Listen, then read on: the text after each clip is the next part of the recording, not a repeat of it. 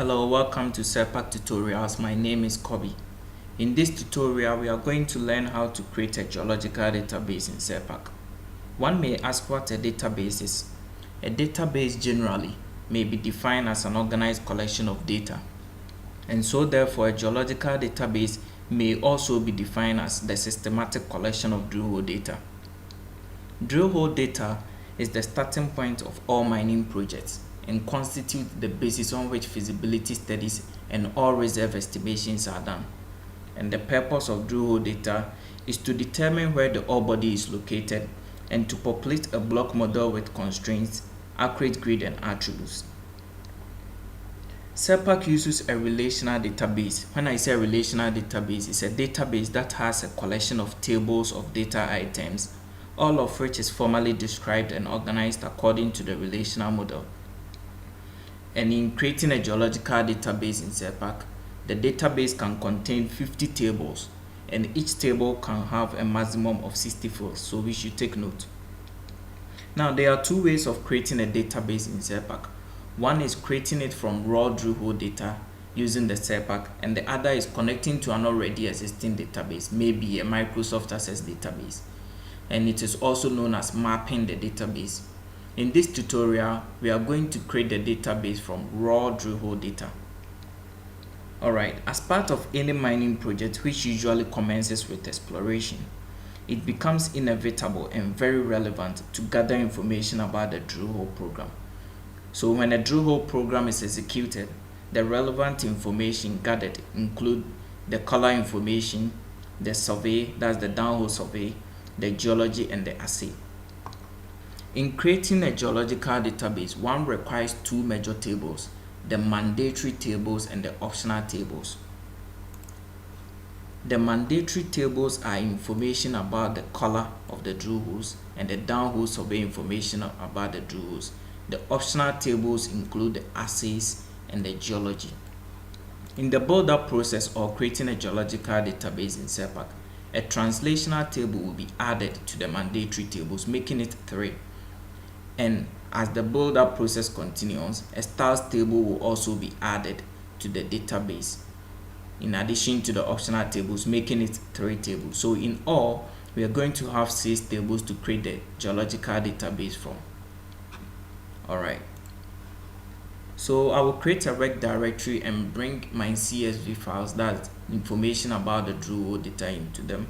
I have the color, survey, geology and assay information here.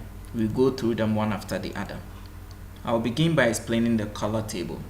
The color gives the location of the hole in space. That's the actual position of the hole in reality. So in this file, we have the hole ID, the northings, that's the Y coordinates, the eastings, the S coordinates, the reduced level, that's the elevation, the maximum depth at which the hole was drilled, and hole type. I also have here the survey.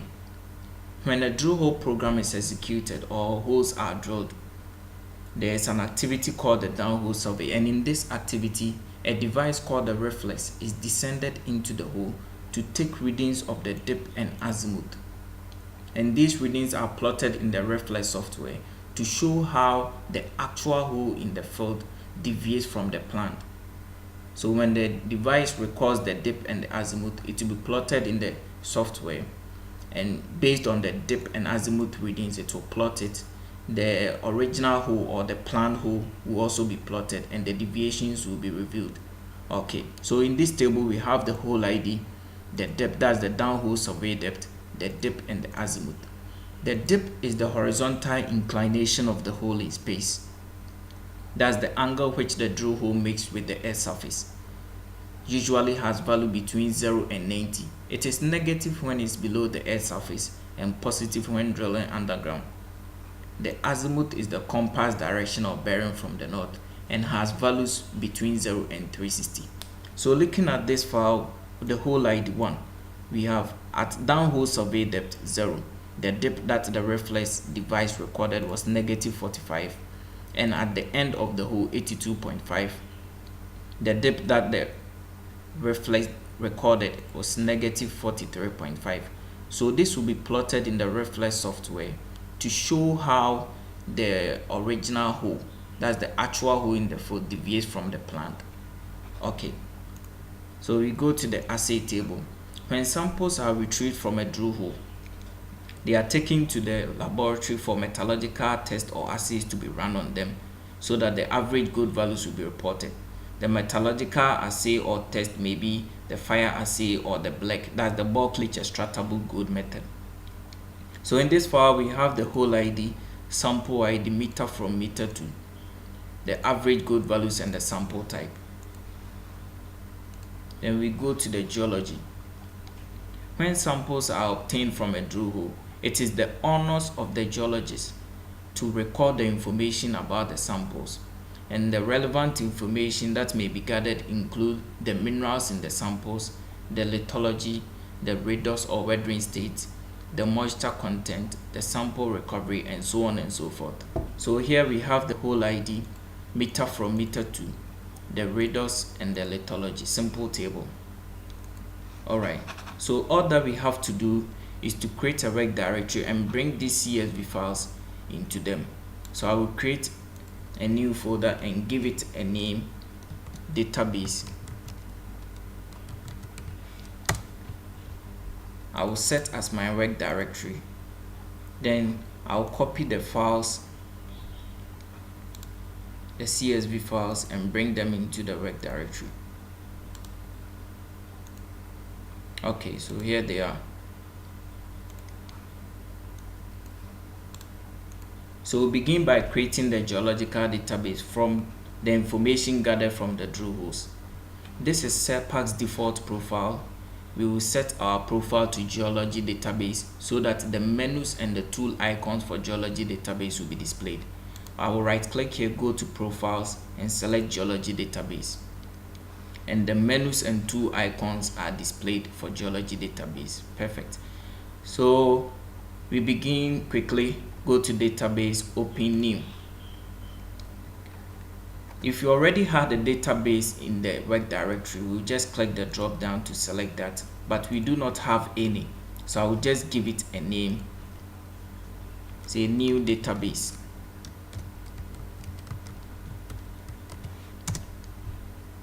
And I'm to confirm the name of the database, as you can see here, new database.ddb.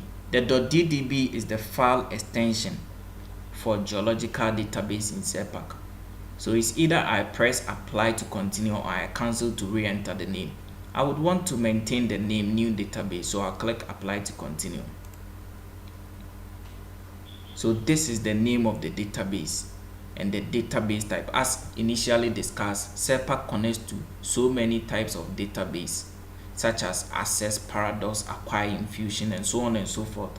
So we click the drop down to see the list of database types that we have. We have Paradox, Paradox 5, ODBC is the Open Database Connectivity. This is General Access, and these are two different versions of Access, 97 and 2000. For the purpose of our work, we are going to choose General Access. Here we have Stored and Calculated. When stored is selected, it tells Surpac that we have preset some coordinates, or we have stored some coordinates that we want Surpac to read from in the calculation of the Y, S, and Z coordinates for survey and samples. But we have not preset or stored some coordinates. So we will select Calculated. And when you select Calculated, it tells Surpac that you do not have the Y, S, and Z coordinates for the survey. Thus, for the downhole survey activity, it is required that we provide the coordinates at which we do the survey, the depth at which we do the survey. But neither the reflex device can provide us with those coordinates, nor can we go into the hole to bring out those coordinates. So we will select Calculated so that Surpac will do the calculation from the color table. Likewise, the samples, the depth from and the depth to, that's the interval at which we take the samples. We are supposed to provide the coordinates for the samples, but we do not have them. We want Surpac to do the calculation from the color table, which possesses our coordinates in reality. So we will choose Calculated, not stored. So I'll click apply to continue. And on this form, I'm to load the optional tables. Surpac accepts 3 types of optional tables as we initially discussed. The optional tables are the assay, and the geology. Okay, but the type which the optional tables are, we are to provide on this form. So as you can see, we have the name of the database, the type of the database which we chose to access, and the mandatory tables, color, survey, and translation. We have only these two, color and survey. As I said, in the build-up process, Surpac will add the translation table, which is used to translate numeric codes. Okay, so all that we are supposed to do is to add the optional tables, which are the assay and the geology. All right, so we have assay here. Right click and add another for geology, and we go to the table type. There are three types of optional tables. As I said earlier on, we have interval tables, point tables, and discrete tables. Let me click the drop down for us to look through the list.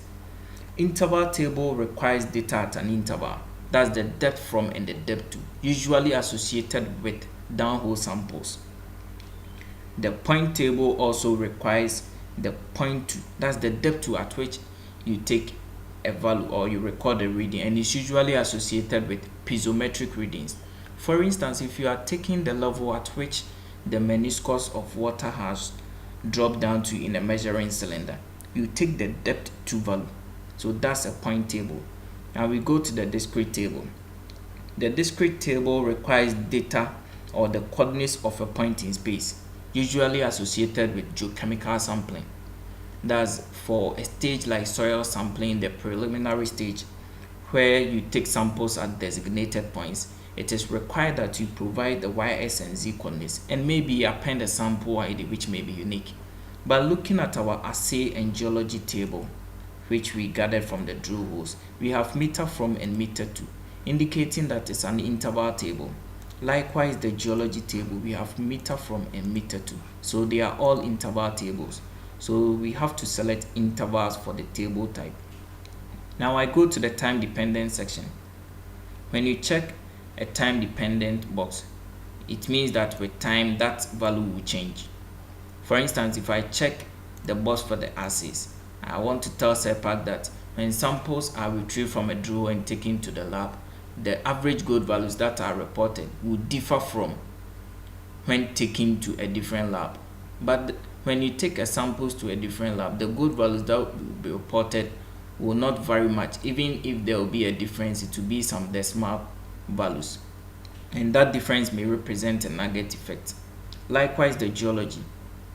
The rock type in the ground will continue to remain in its natural state, unless maybe acted upon by some deformational processes or some external factors such as temperature and pressure. Otherwise, by nature, that's how the rock is in the ground. So if the rock in the ground is phyllite, it will continue to be phyllite because that's by nature how the rock is. So no need checking the boxes for the time dependent. I'll press apply to continue. And on this form, I'm to load the fields for all the tables. Now let me use the color to explain. We have field, type, nulls, index, length, number of decimal places, low bound and high bounds. I will explain these sections one after the other. I'll begin by explaining the field. Let me use the color to explain because we are on the color tab. These are the fields. This is the table, that's the header of the table, and these are the fields. The hole ID, the northings, eastings, elevation, maximum depth, and hole type are the fields. Then we go to the type of field. Surpac accepts about 7 types of field. In creating a geological database, I'll use this drop down to explain. So we have character field. Character field refers to numeric values and letters which is stored as text. Let's look at the color table for instance. When you look at this whole ID, this consists of alphabet and numbers stored as text. So this is a character field. Numeric values and letters stored as text. Alright, then we go to the Boolean. The Boolean refers to true or false values. That's a value which is either true or false. We do not have any, so we will not bother ourselves with that. Date time also refers to the date at which a drill hole program was executed or a particular drill hole was drilled. So you can add it if you only have it in your data or your CSV file. The duration also refers to the time, that's the number of years or months at which a drill program took place. The integer also means numeric values with no decimal places, and the rel refers to numeric values with decimal places. So take note the difference between the integer and rel. Memo is just a short piece of information that you can add to a database. Okay, so that is it for the field type. Then you go to nulls. Anytime a box is checked for a particular field, it tells Surpac that it should report that field as blank. For instance, if I check the null box for the y coordinate, I want to tell Surpac that I don't have it, so when it gets to that field, it should fill that place as blank. Alright, then I go to the length. The length of a field is the number of individual characters in the particular field. For instance, when you look at the color table, we have 1, 2, 3, 4, 5, 6, 7, 8. Together with the hyphen, we have 8 characters. So it is the number of individual characters for a particular field. Alright, then the number of decimal places, you can adjust it to suit your preference. We have the low bounds, which is the lower limit, and the high bound as upper limit. So we'll begin by completing the fields for all the tables. So the color, survey, translation are the mandatory tables. Styles, assay, and geology are the optional tables. So we begin by filling the fields for the color table. Now the whole idea, will enter a character length of 30, even though it was 8 when we counted it. For convenience and to be on the safer side, I'll enter a longer character length so that as time goes on or drilling continues throughout the lifespan of the man, and these CSV files are edited, I wouldn't have problem importing data from the CSV into my database. So I will enter a longer character length of 30. Then here I will enter 15.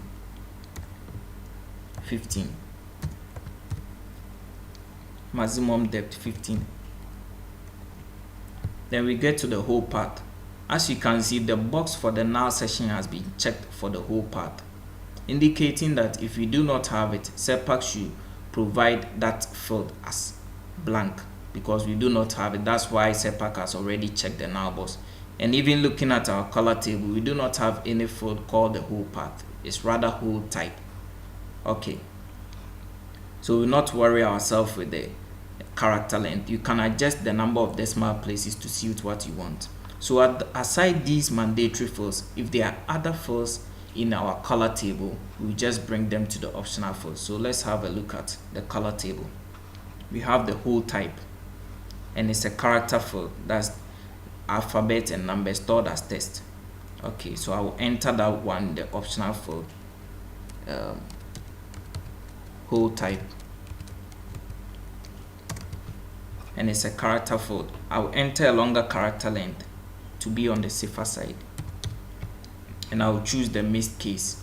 If you choose lowercase and as time goes on someone enters an uppercase characters, you have problem loading or importing data from your CSV. Alright, so to be on the safer side, you choose mixed. Then we go to the survey table. Survey table, I'll enter 30 for the whole ID because whole IDs are usually longer. I'll enter 15 for the depth, a downhole survey depth. And as you can see, we have Y, X, and Z coordinates. We do not have these coordinates as initially discussed. We want Surpac to calculate the coordinates from the color table. That's why we chose calculated in the initial stage. So we'll check the boxes for the null section for Surpac to provide those fields as blank because we do not have them. Then I'll enter 15 for the depth, 15 for the azimuth. Let's see if we have other fields aside these mandatory fields. We'll bring them to the optional field section. We have depth, and original azimuth. Perfect. So we are done. Translation and styles will not bother ourselves with that. Surpac will do his own arrangement.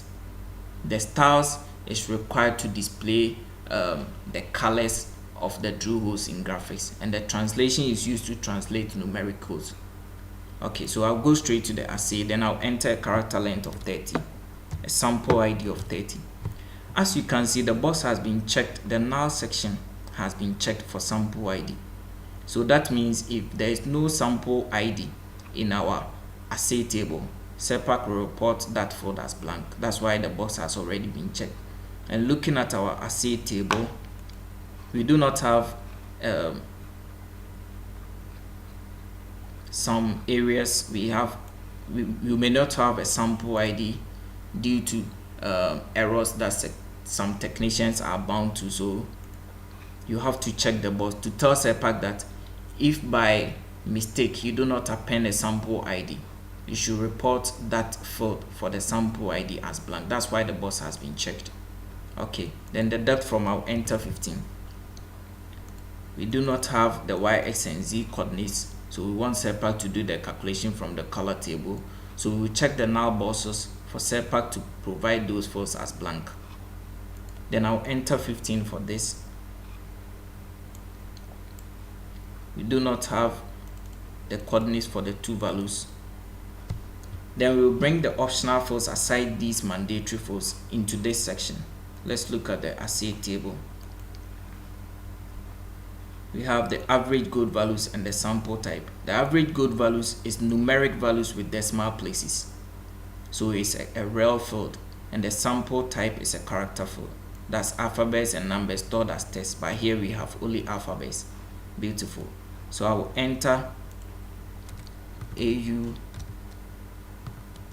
average ppm. Then I'll add another field, sample type.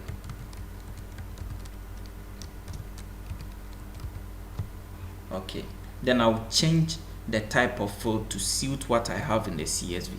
So I'll enter a longer character length of 20 to be on the safer side. Okay, it's AUAV, so let me edit it. Alright, then I'll choose the missed case for the sample type. Now the low bound and the high bounds for the assay. It is recommended that you go through your assay table. If there are negative assay values that were reported, you enter a low bound of negative, high negative value, so that you not have problem loading your database. Okay, so we go straight to the geology table. Here I will enter 30 as we did 30. As you can see, the box for the null section has been checked for the sample ID, telling Surpac that if we do not have a sample ID in our geology database, it should fill that field as blank. Alright, let's look at our geology table. We do not have a sample ID, so it has been checked. Perfect arrangement by Surpac. So we will not worry ourselves with the length. Then I'll enter 15 here. We do not have the coordinates, that's why we chose calculated. So I'll check the boxes for the coordinates. Then I'll add the other fields to the optional fields section. Looking at the geology table, we have redox and lithology, so I'll bring them to the optional fields section. Redox. Then I'll add another field, lithology.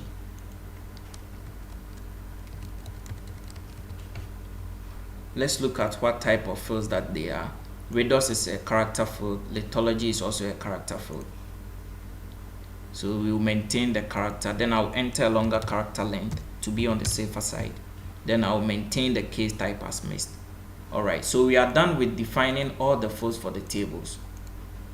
Beautiful. So I'll click apply to create the database.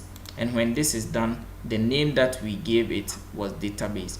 It will be shown in the status area and go into our work directory. Beautiful. So this is it. We have new database. Okay, so new database has been created.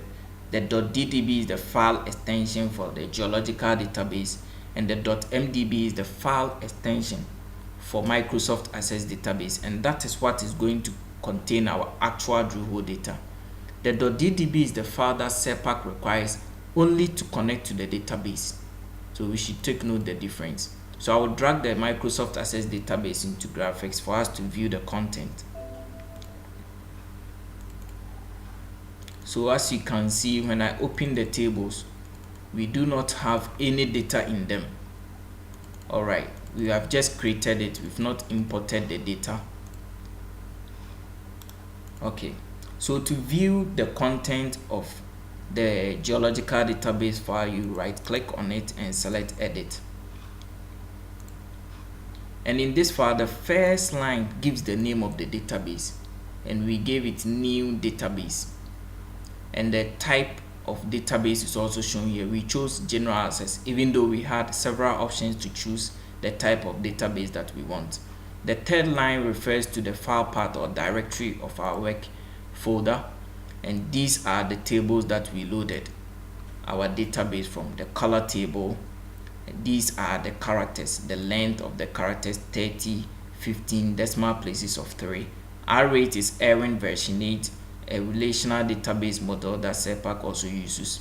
The SSI is the file extension for styles file. Then the low bounds and the high bounds are all here. All right, we also have the survey table here. We have the translation table also here. All the tables are here. We have the assay table, we have the geology table. Okay, so we are done with creating the geological database. So all that is left is for us to import the data that we have in the CSV into the Microsoft Access database, which will contain our actual drill hole. All right, if you want to view the drill holes, you can just go here and select drill holes. But because we do not have any data in the Microsoft Access database, we've not imported it yet, no drill holes will be shown. All right, so we will import the data from the CSV files into the Microsoft Access database, and we'll do that in our next lesson.